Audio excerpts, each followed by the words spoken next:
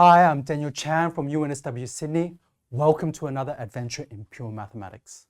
The notion of twisted forms occurs quite naturally in geometry, and the simplest example of this is the notion of a vector bundle, which is a twisted form of the trivial bundle, that is, just taking the Cartesian product with some fixed finite dimensional vector space.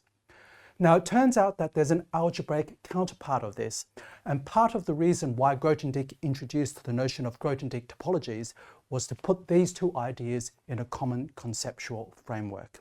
So in this video, I want to show you an example of this algebraic version of twisted forms by showing you how the notion of something called central simple algebras are twisted forms of matrix algebras.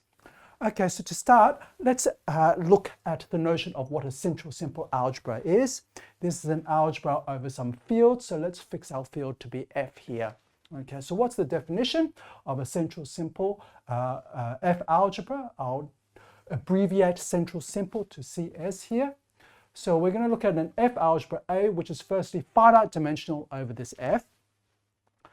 And it's simple in the sense that the only ideals that it has are 0 and itself. Okay, so that's self-explanatory.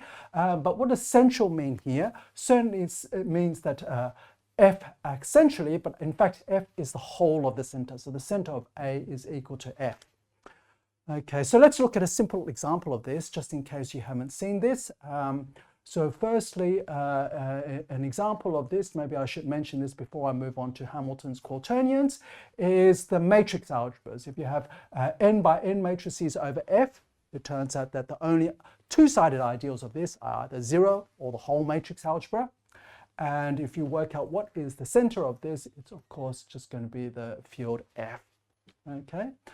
So let's look at another example, something that's a little bit more interesting. Okay, so that's Hamilton's quaternions. So I can look inside this central simple algebra M2C here, okay, 2 by 2 matrices with complex entries, okay. And what I'm going to do is I'm just going to look at the real span of these 4 elements inside here, these 4 2 by 2 matrices. The identity matrix, okay, this diagonal matrix with I and minus I here, this matrix here, 0, 1, minus 1, 0, and this matrix 0, I, 0. So this matrix here, you can check quickly, is just the product of these two matrices in this order. If you're multiplying them in the opposite order, actually you'll find that you'll get the negative of this. So this is some non-commutative subring of this. Well, since C acts essentially here, this is an R algebra. So that's the first thing to note. It is an R algebra, and these elements are linearly independent, so it's going to be a 4-dimensional R algebra. Okay, and it's actually quite simple to check that this is simple, and the easiest way to do this is to note that actually, if you haven't seen this before, this is a division ring. Okay, so every non-zero element is invertible, so you can take linear combinations, arbitrary linear combinations of these 4 things, and if that linear combination is non-zero, you can check quite easily that the determinant is non-zero, and so it's actually invertible. And it will have an inverse inside here. The other thing, of course, you should check is that this is actually closed under multiplication. Okay, so this is actually an algebra, and you can do that. It takes a little while, but some things to note is that this matrix here is a square root of -1, as is this one here, and so is this one here. So squaring these will not get you some outside of this, okay? They'll all land inside here. And if you multiply any product of these two, you'll find that you'll get or something else that's in here up to sign. Okay, so it's quite easy to show that this is actually an algebra. It's also going to be a division ring, in fact. Okay, so this is the first really interesting example of a non-commutative algebra. Okay, so this is Hamilton's quaternions, and there's a lot of interesting history that goes into how Hamilton discovered it. Okay, so let's move on to the general theory of central simple algebras, and these are just some facts that I'm going to tell you without proof. So when we want to talk about twisted forms and we want to look at this theory, we need to have a notion of pullback. Okay, so when you have vector bundles on some sort of topological space, okay, if you have a morphism to the space where you have that vector bundle, you can pull back that vector bundle.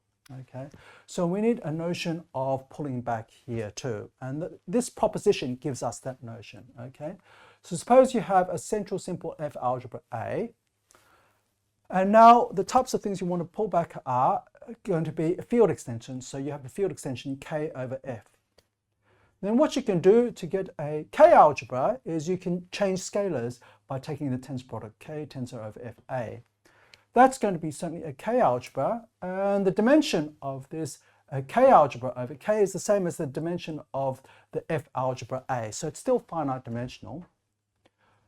What's perhaps more interesting though is that firstly, it's still simple, and secondly, that now, of course, K is in the center of this algebra. It's a K algebra, but it's all still the whole of the center. Okay, so this is actually a central simple K algebra. So you can pull back a central simple algebra to a central simple algebra via some field extension here. Okay, so the next thing is that when you talk about vector bundles, one of the things that's nice is that you can always trivialize them by looking at a sufficiently fine open cover, or you could go to a simply connected cover. So there's an analog of this result for central simple algebras, and what's that? Okay, so it's provided by this theorem, this corollary. Okay, so suppose you have a central simple K algebra now, but K is in this special case that it's algebraically closed. Okay, in that case, you can classify all the central simple K algebras. They have to be matrix algebras of a certain size. So it has to be isomorph to MnK for some n. Okay, and that n is easy to be determined. Okay, that n is just going to be equal to the square root of the dimension of this algebra. So remember, this is n squared dimensional over k, so you can determine that n easily. But what does that mean? So that means that if you apply this proposition and you apply with k equal to the algebraic closure of F, then what do you find? That means that when you go to the algebraic closure of F, so if k is the algebraic closure of F, then k tensor Fa is a central simple K algebra, so it's Mnk. Okay, so that's if k is the algebraic closure of F. But I claim here that the same is already true. You don't have to go all the way to the algebraic closure. You can find some sufficiently large finite Galois extension K over F such that this is true. And the reason for this is quite simple enough, okay? So this is certainly true when you go all the way up to the algebraic closure, then you have this isomorphism. So what you do is just write down this isomorphism, okay, what this is. And if you look at all the entries that are giving you this isomorphism, right, you've only got a finite number of entries in there. And so you only need to go to some finite Galois extension to define all those entries. You don't have to go all the way to the whole algebraic closure. Okay, there's only finitely many elements that you've listed in there, and each time you join an algebraic element, okay, you make a finite extension. So once you've extended by all those elements, you can write down this isomorphism. So you don't have to go all the way to the algebraic closure. Okay, so such a K is called a splitting field for A. Okay, so this is the analog of when you look at vector bundles. Okay, you want to have some sort of open cover which trivializes it, or the analog of the open cover which trivializes a vector bundle is the splitting field of the central simple algebra. Okay, so there's quite a bit that's going on here, so let's perhaps look at a simple example of what's going on. Okay, so in particular, this theorem, this corollary, should apply to this example of Hamilton's quaternions. So let's have a look at this example here. And what we're going to do is we're going to show that, yes, indeed, when we pull back by some finite Galois extension, you will get matrix algebras. Okay, so firstly, this is not matrix algebras over R, and one easy way to see this, as I mentioned before, is it's a division ring, whereas 2 by 2 matrices over R is not a division ring. Okay, so this itself, it's not a matrix algebra. Okay, it is a central simple algebra, but it's not a matrix algebra, it's a division ring. But I claim that when you extend scalars by some finite Galois extension, it will be matrix algebras. Now, there aren't too many finite Galois extensions of R. There's only C, which is algebraically closed. So you don't actually need to use this corollary here. You can use the theorem, okay? So the theorem says that if you extend scalars up to C, you have to get matrices over C, okay? The full matrix algebra over C of a certain size. And what's that size? Well, H is 4-dimensional over R. So this when you extend scalars, this is 4-dimensional over C, and it's also a matrix algebra, so it has to be 2 by 2 matrices over C. Okay, so why is this true? It's actually not difficult to see why it's true. Okay, to see why this is true, what you can do is realize that these 4 matrices are actually linearly independent over the complex numbers. Okay, so you can look at, instead of just the R linear span of these 4, when you look at this here, you can just look at the C linear span. Okay, and the C linear span is of course some subalgebra of this, okay, and in fact it has to be the whole thing, so it is M2C.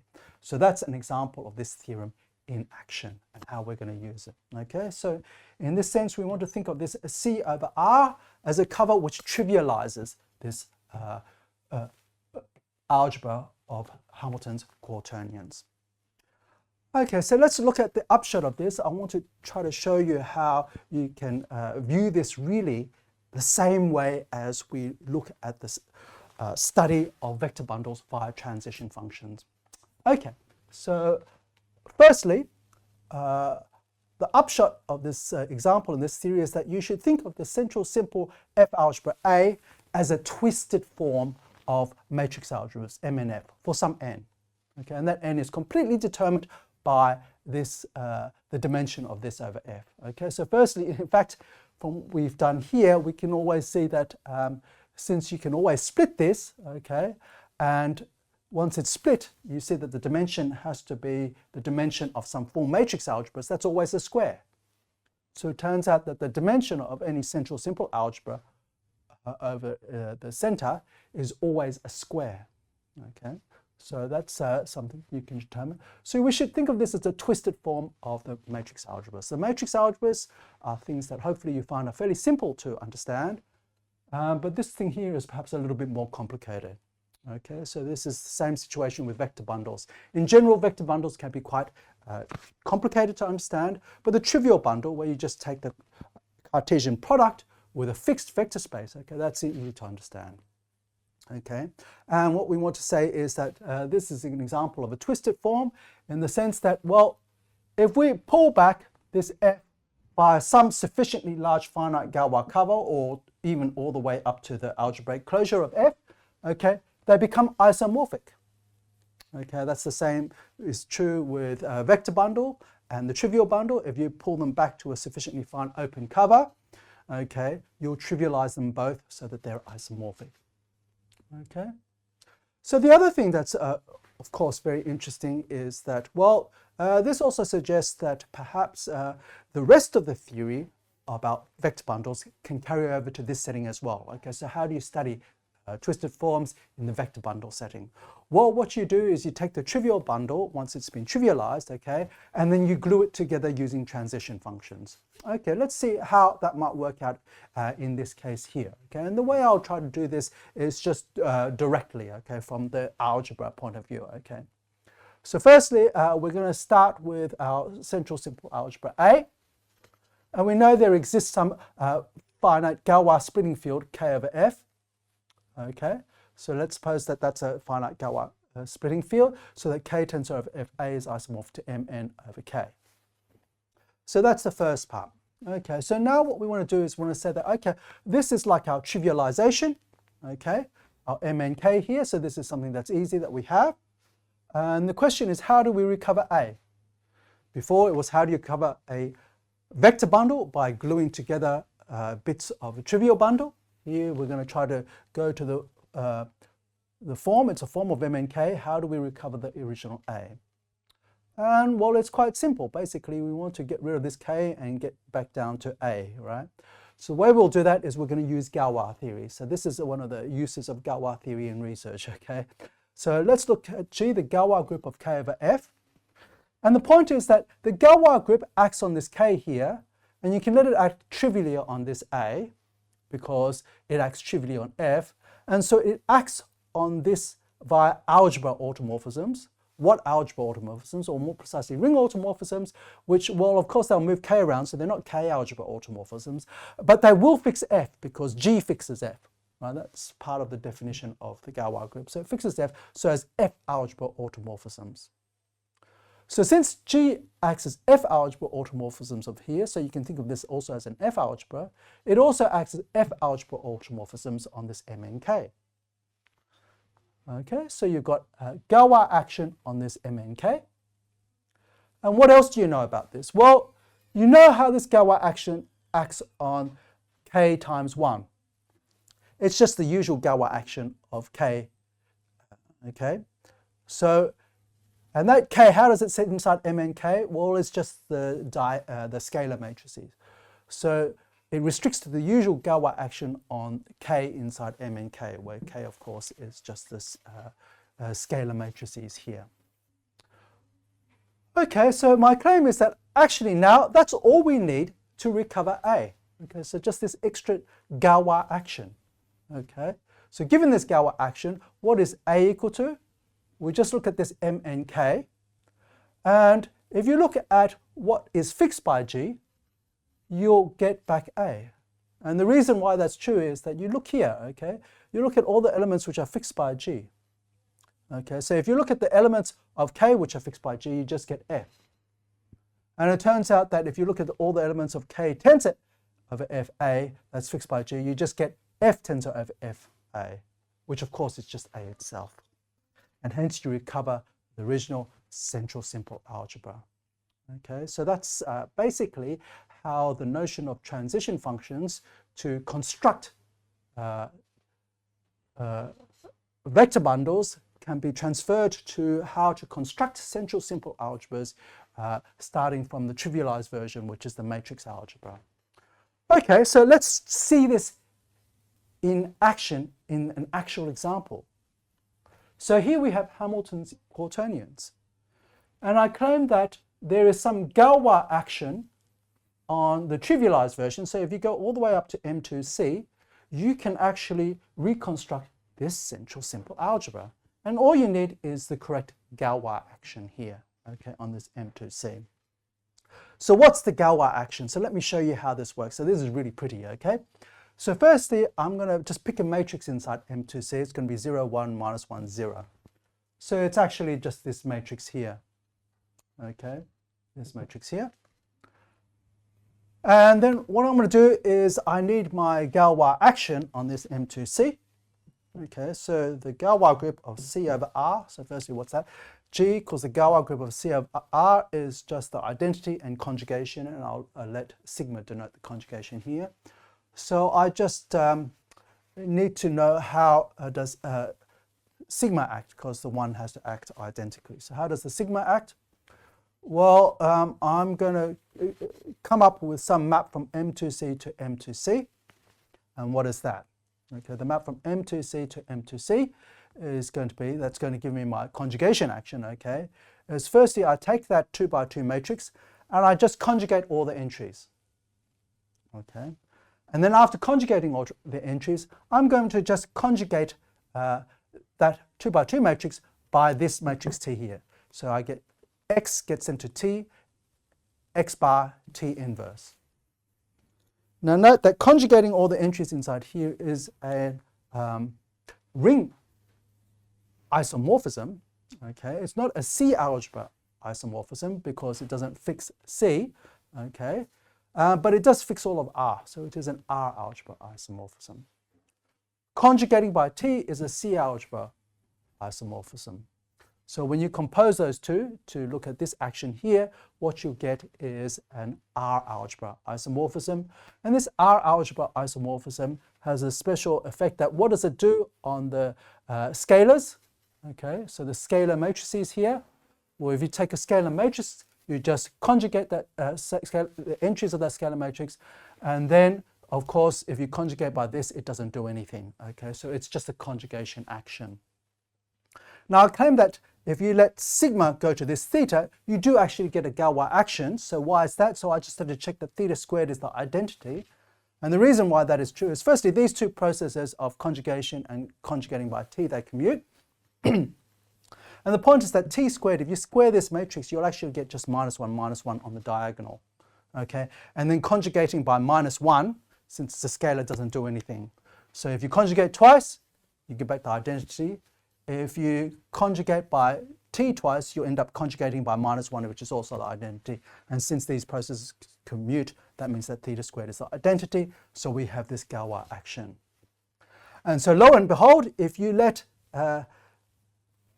this be the Galois action, and you look at what are the invariants of this matrix with respect to this, so what are all the matrices which are fixed by essentially this action here, okay, so where x equals t, x bar t inverse, if you look at all of those matrices, you will get precisely this subring, this R algebra of quaternions. Okay, so that's Hamilton's quaternions. And that's how you can reconstruct from this very simple algebra here, Hamilton's quaternions. Okay, so let's just very quickly look at why this is true. Let's just test some examples. I guess the easiest way to do this is you can quite easily see that when you take the invariance, you'll get something that's a 4-dimensional over R. So you just have to check that these 4 elements are indeed fixed by this action here. And the easiest one to check, of course, is this one here. If you take this element, okay, and you conjugate it, well, all the entries are real, so that doesn't do anything. And then you'll have to conjugate by t, but t is itself. This is t. So conjugating it by it will not do anything. So that means that this is definitely inside the invariant ring. The other ones take a little bit of computation, but you can compute quite easily that they're also fixed, and hence the whole of this fixed ring is going to be H. And we've covered Hamilton's quaternions. So what I want to do in the next video in this playlist is actually I want to view this Galois action of MNK as descent data. So it really generalizes the notion of transition functions because it satisfies a co-cycle condition. I hope you enjoyed this adventure in pure mathematics.